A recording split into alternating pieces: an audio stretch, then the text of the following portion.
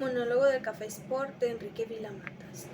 Verá usted, yo estaba enfermo de literatura. Lo mío era grave y alarmante. Leía el mundo como si fuera la prolongación de un interminable texto literario.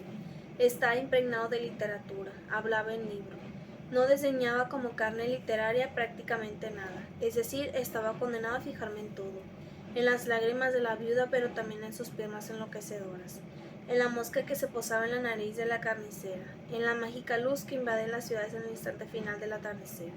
Era un fastidio porque no es que me interesara la literatura, no es que sintiera cierta atracción por ella, no, es que yo era literatura. Estaba muy enfermo de literatura, y para colmo, en un intento de curarme un poco, no tuve mejor idea que visitar a mi hijo Rodolfo, a Grafo Trágico en Nantes.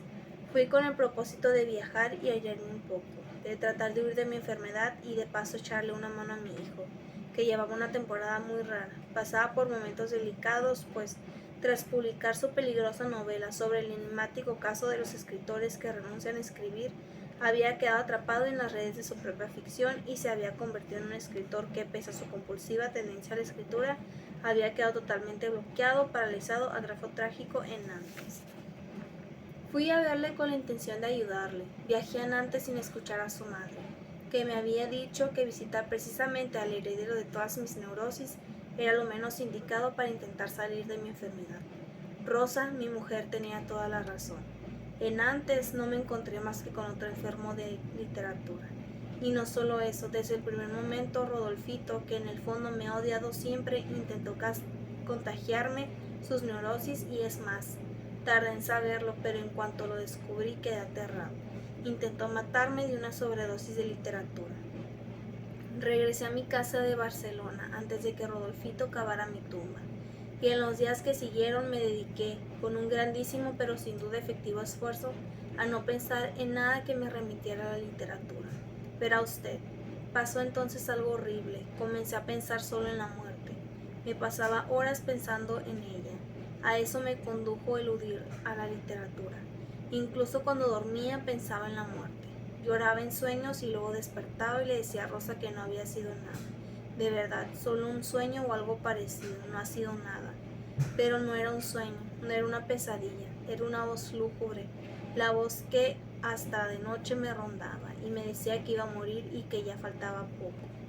Me despertaba de noche y tras decirle a Rosa que no era nada, iba a la cocina a beber algo, cualquier cosa con alcohol, y hasta la cocina me seguía mi mujer que, en cuanto me casaba con una botella de algo, me decía que yo estaba fatal y que de aquella forma no podía continuar y que quizás sería mejor que hiciéramos los dos algún viaje, a ver si podía olvidarme de la muerte, aunque fuera a costa de volver a pensar en la literatura. Y un día ella apareció con 2 billetes para las Islas Azores. Y aquí estoy yo ahora, ya ve usted, en la isla de Fail, en las Azores, en este encantador café Sport. Quisiera preguntarle si le interesa la literatura, pero no voy a hacerlo. Tampoco voy a preguntarle por el nombre más feo del mundo, por el feo Tongoy. Seguramente no le conoce, solo quiero que sepa que el feo Tongoy ayer me cambió la vida, en este bar, en el café Sport. Seguramente usted no conoce a Tongoy. Llegó a esta isla como mi mujer y yo el pasado viernes. Seguramente no ha hablado con él, pero quizás lo haya visto. Y si lo ha visto no creo que haya podido olvidarlo, porque es el vivo retrato de Drácula, el hombre más feo del mundo. Tongoy es de origen chileno, pero también polaco. Es actor, vive en París desde hace medio siglo. Procede de una familia de judíos polacos que emigraron a Chile y se instalaron en San Felipe, una pequeña población de este país. En realidad, él se llama Felipe Schulz, pero su nombre artístico es Felipe Tongoy. Últimamente se ha hecho famoso en Francia por una película en la que interpreta a un siniestro viejo que se dedica a raptar niños.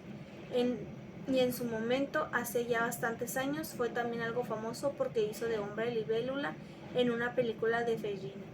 Pero no, ya veo que usted no ha visto nunca a Tongoy, ni siquiera en el cine. Yo le vi ayer aquí, en este bar. Rosa se había quedado en el hotel y yo hice una escapada consentida y no sé cómo fue que establecí conversación con él. En esos minutos que se estableció entre los dos una relación de gran confianza. De pronto era como si nos conociéramos de toda la vida. Nos cogimos tan gran confianza que a los pocos minutos yo me atreví a preguntarle en qué momento de su vida había descubierto que era feo. Pues mira, me dijo Tongoy, yo tenía unos 7 años y fui de excursión con mi familia. Con nosotros iba Olga, una amiga de mi madre. Olga estaba embarazada y en un momento dado, tras una larga y extraña discusión, acabó preguntándole a mi madre, ¿tú crees que mi bebé sacará la leche de mi sangre? Al oír esto, le dije a Olga en mi lenguaje de niño, ¿pero cómo puede ser tan tonta? Ella entonces me miró con rabia y me dijo, Dios mío, ¿cómo puede ser tan malo y tan feo? Cuando volvimos a casa le pregunté a mi madre si era verdad que yo era feo. Me dijo, solo en Chile. En ese preciso instante me juré que algún día tendría el mundo a mis pies. Tongoy es fantástico. Una vez, cuando era joven, una chica se enamoró de él. Ella iba a comprar a una tienda que estaba situada en el mismo subterráneo donde él vivía. No había luz, la chica llegó a perseguirle. Tongoy le explicó que su entusiasmo se debía a un efecto de luz, que no había que ser tan literaria en la vida, y que si supiera que a él le gustaban los hombres se moriría. Así cortó de raíz el sentimiento que había nacido en ella. Tongoy piensa que esa chica era maravillosa, una gran persona, y que en general las historias de amor no son historias sexuales, sino historias de ternura. Tongoy piensa que la gente no entiende eso, o no quiere entenderlo. Tongoy, ayer al atardecer, aquí mismo donde estamos usted y yo hablando, me cambió la vida, verá usted. Cuando le oí decir que le había dicho a la chica que no había que ser tan literaria en la vida, me bebí de un solo trago una ginebra y me atreví a contarle mi problema. Le expliqué que, cuando lograba dejar de pensar en literatura, pensaba en la muerte, y viceversa. Le hablé de mi círculo infernal. Tongoy, Drácula en el crepúsculo, me escuchó como me escucha usted ahora en estos momentos, con paciencia y comprensión, hasta diría con ternura. Cuando terminé de hablar, Tongoy me dijo, sin saber que iba a cambiarme la vida, pero esto es tremendo. ¿Cómo puedes vivir así? En lugar de dar tantas vueltas a la muerte y a la literatura, deberías ser menos egocéntrico y preocuparte por la muerte de la literatura que, de seguir las cosas como van, estar caer. Esto sí que debería quitarte el sueño. ¿Acaso no has visto cómo están arrinconando a la verdadera literatura? No sé cómo fue que me vino a la memoria una frase de Nietzsche, que yo siempre he leído de 1000 formas distintas. Depende del sentido en qué momento quiera darle. Para mí es una frase comodina. Algún día mi nombre evocará el recuerdo de algo terrible, de una crisis como no hubo otra en la tierra. Verá usted, uno no puede ir contra su imaginación, y yo en ese momento, aquí en el Café Sport, hablando con el feo Tongoy, Drácula de todos mis espectáculos, imaginé que algún día mi nombre sería evocado para recordar una crisis terrible que la humanidad habría superado gracias a mi heroica conducta cuando Quijote lanza en ristre habría arremetido contra todos los enemigos de la literatura.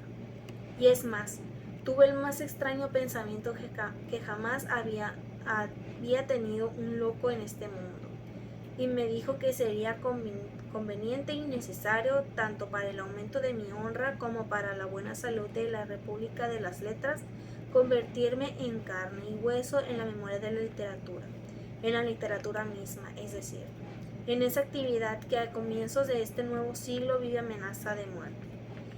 Encarnarme pues en ella e intentar preservarla de su posible desaparición reviviéndola, por si acaso es mi problema personal, en mi propia persona. Nada le dije al feo Tongoy de esos pensamientos, pero sí, le agradecí en silencio que hubiera sabido reconducir el pequeño espectro de obsesiones personales hacia un tema más amplio, de la muerte de la literatura.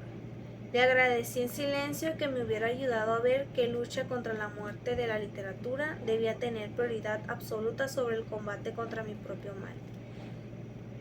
Bien mirado tan pequeño. ¿Y que me tiene usted ahora?